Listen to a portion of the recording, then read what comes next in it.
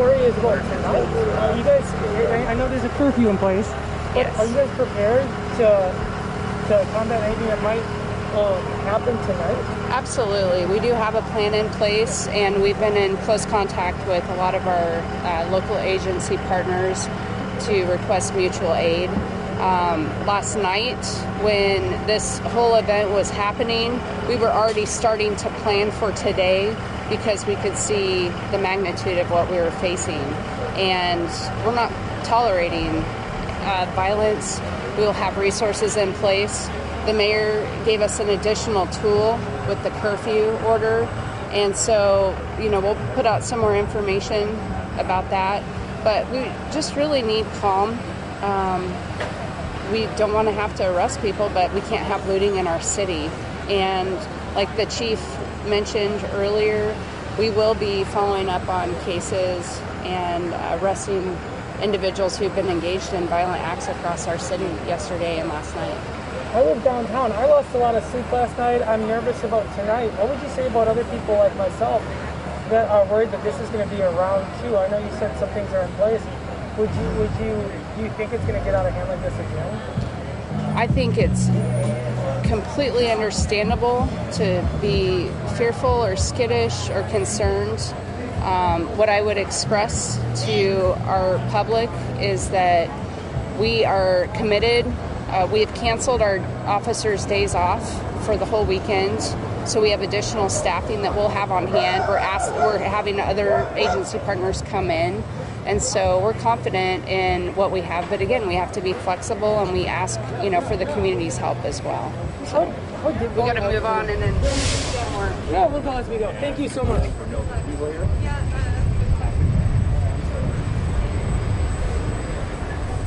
Were you out at all last night by chance? I was not out. You guys didn't see anything last night or anything? We were up at the rooftop at the building, and then we just saw a bunch of flashes and helicopters around. Were you walking around a lot today?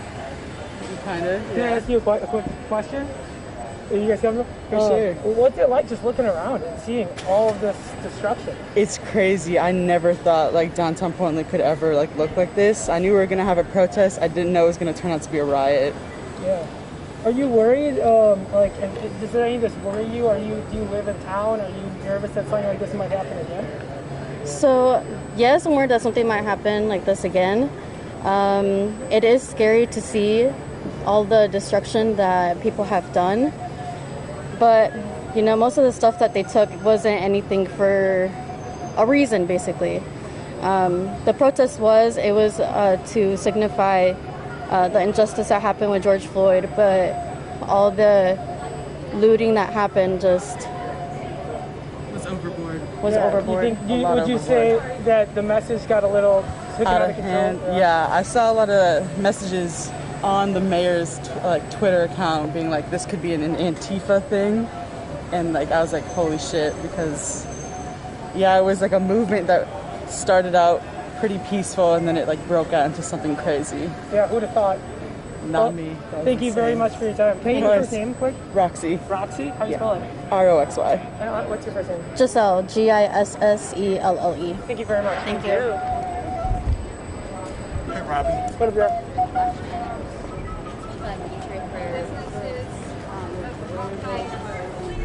Some of them were looted. This woman just drove by. As you can see, we have people yelling a lot at the mayor, approval and disapproval. It's been a lot of people voicing their opinions out here on the streets today as they see Ted walking around. We have a gentleman talking to Ted right now. It's hard to find it. It's hard to find the words. It's good what? How big what? Good luck, sir. Thank you. Appreciate it. You just wish Ted good luck.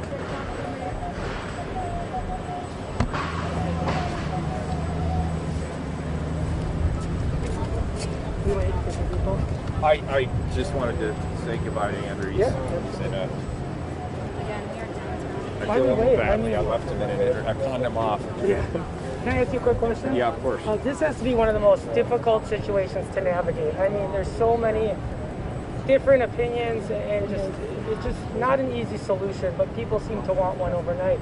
How are you navigating this situation? situation? Well, right now, we're showing support for the businesses. We're cleaning the businesses up. The city is helping board up, help clean up the graffiti. And there'll also be the legal process. People who committed these acts of vandalism, we're going to find them to the best of our ability, and we're going to prosecute them to the best of our ability. Thank you. All right, we can walk back. Andrew knows we're walking back. Okay.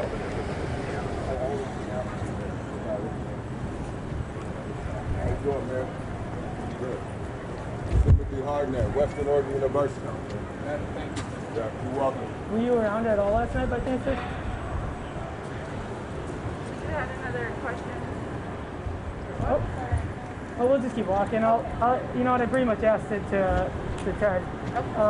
I mean, if we get a moment again, we'll stop. We can talk some more. Yeah. Nope, you're good. Thank you. I appreciate it. Were you out and about yesterday during the day talking with people? Did I hear?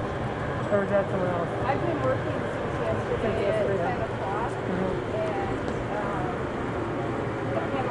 handling prepping for whatever was needed for this and other CIO things. And I worked all night putting out information for public safety and trying to handle what media enforcement could, putting together the massive press release that I pushed out this morning. I'm going to come block this traffic so you guys can get through.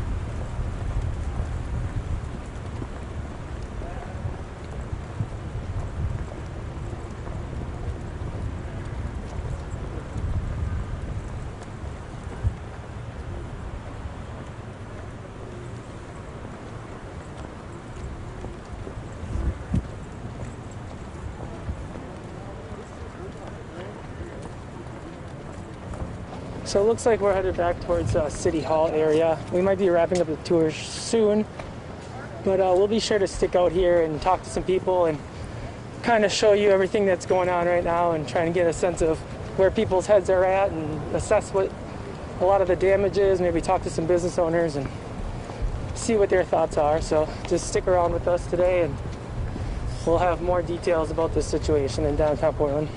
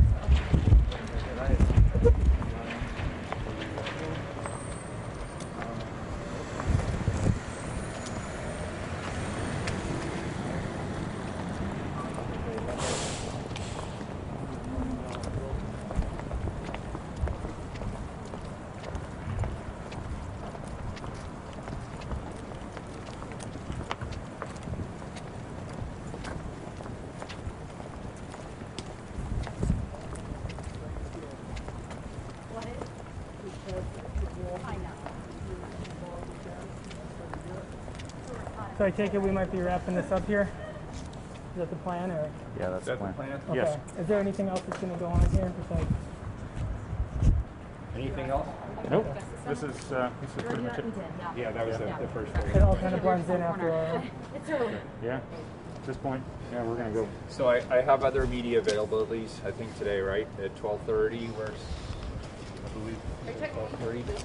We're still working on that. We're still working on that. Okay, so yeah. that's not... I know you've got what you gotta get to right now. Like a news later.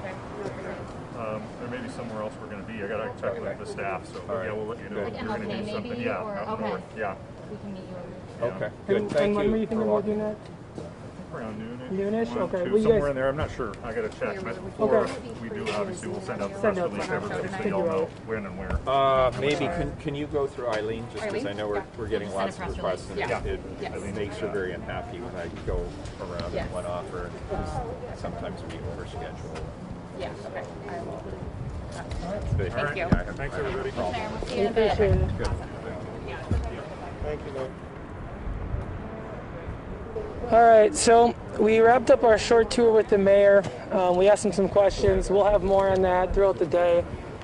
Looks like he's got some other media things he has to do. So we might be wrapping up this stream shortly, but stay tuned with us. We'll let you know. And we'll have some more live stream coverage from downtown Portland. We'll talk to business owners, we'll talk to people, and we'll kind of get a general consensus of where people's heads are at downtown. And we'll talk to some business owners, and we'll see where their heads are at and how they're doing. And we'll kind of follow through on this whole situation as it keeps unfolding. What was this walk like for you? It was surreal to walk and see the damages done supposedly in the name of Mr. Floyd. I don't believe the damages will serve any purposes but to cause more hatred and division in America, where we need to come together. We need justice for the murder of Mr. Floyd and many who have suffered at the hands of law enforcement. But it does not mean all law enforcements are bad. There are those who make poor judgments and decisions. We need unity in America. We need to come together despite differences of ethnicities or hues of our skin, African descent or European descent, Hispanic descent or Asian descent. We are Americans. And that has been my message to Highland Christian Center and to all who would listen, that we are Americans. I was just talking with a young woman in front of the Apple store and asked her if she felt like this was an effective solution, the violence. And she said yes. So far, she feels like she hasn't gotten her voice heard because, respectful or silent protests aren't really working. So she feels like violence is the answer. What would you say to her? I would say to her that violence is never the answer. We need to rise up into political offices. We need to rise up as prosecutors, as attorneys, as police officers, as firefighters. Get involved in the city council. Get involved in your community activist groups. That is how you change. You become a part of society and you become a part of the system. But as long as we retard or resort to violence, it just puts us on the outside looking in. It dehumanizes us. It makes us look like we believe this is the only answer, when we know it is not. Nonviolence, love, peace, coming together beyond color lines. And as I often say, you may not know me that well, I'm new to the community, that we all have color. As I look around you have color, I have color. I don't say people of color, we are colored, every one of us. And we need to come together. Violence is not the answer. Rise up, have the courage to stand, get a great education, get involved in this system and make a difference for the injustices that have been perpetrated for hundreds of years in America. But the only way to change is to become a part of that change. And the claim that these were allies or people in the community that were trying to make their voices heard last night, I mean, who were these people in your mind? In my mind, there were anarchists who would simply cause damages. I've seen other videos in other cities where they infiltrate the peaceful protesters. And let's not be mistaken, 90% of all of the protesters are peaceful, but there are always those as anarchists who would get involved and break things, loot, damage, steal, rob, and pillage. And it's to bring attention to themselves and to undermine, frankly, I believe, the actual call for justice for those police officers who were wrong. One police officer, as far as I know, yesterday was arrested, Mr. Chauvin. But I believe the other 3 need to be arrested. That will settle the unrest in America and use our criminal justice system and let the voices be heard. Let people speak out in peace. So no, those who would destroy our city, Portland, are not in favor of peace. They are here to destroy and not cause attention to change, but cause attention to themselves and further divide America. Can we talk about white privilege for a second? Are you comfortable with that? I'm always comfortable Okay. with that. I don't believe in the terms white privilege. Okay. I believe in European descent. I believe I am of African descent. I've written a book called The Courage to Stand, A New America, that deals with that. I don't believe in privilege. I believe that we are all human beings created equally in God's eyes. And so I believe that each of us in America today has the chance to rise up and become who we want to become. There was a time of systemic, as we call it, racism, where you had a privilege due to the complexion of your skin, where I may not have been seen as human. I may not have been depicted as a human. But today is a new day in America. Through the fights of people of all hues have marched and fought for justice.